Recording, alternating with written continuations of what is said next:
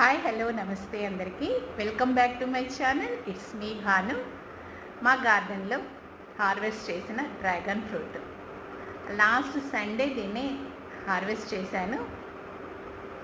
దాదాపు 1 వీక్ పట్టింది దీన్ని కట్ చేయడానికి. ఇన్ని రోజులు దీన్ని ఫ్రిడ్జ్లో పెట్టాను. రోజు అనుకుంటాను ఇదే కట్ చేద్దామని. ఏదో ఒక పని మీద దీన్ని అలా నెగ్లెక్ట్ చేస్తూనే వచ్చాను. దీని కలరు నా డ్రెస్ కలరు ఈరోజు మ్యాచ్ అయింది.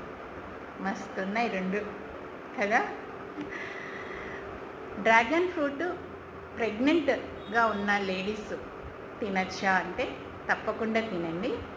ఏ ఫ్రూట్ అయినా మనం లిమిటెడ్గా తీసుకోవాలి. అంతేగాని డ్రాగన్ ఫ్రూట్లో చాలా న్యూట్రియంట్ వాల్యూస్ ఎక్కువ ఉన్నాయి కదా అని కేజీలు అయితే తినకండి. ఇవి కొంచెం వాటర్ కంటెంట్ ఎక్కువగా ఉండడం వలన ఫైబర్ కూడా ఎక్కువ ఉంటుంది. దీంట్లో సీడ్స్ ఉంటాయి. సీడ్స్లో చాలా మైక్రో న్యూట్రియంట్స్ ఉంటాయి. సెలీనియం, కాల్షియం, మెగ్నీషియం అలా చాలా న్యూట్రియంట్ వాల్యూస్ అయితే ఉన్నాయి. దీంట్లో వాటర్ కంటెంట్ ఎక్కువగా ఉండడం వలన మన బాడీ డీహైడ్రేట్ అవ్వకుండా ఉంటుంది.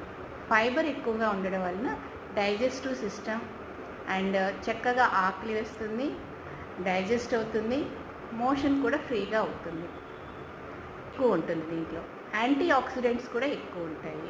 సో మనకి ఫ్యూచర్లో యాంటీ ఆక్సిడెంట్స్ ఎక్కువ ఉండడం వలన ఫ్యూచర్లో ఎలాంటి క్యాన్సర్స్ సంబంధించిన రోగాలు అయితే రావు.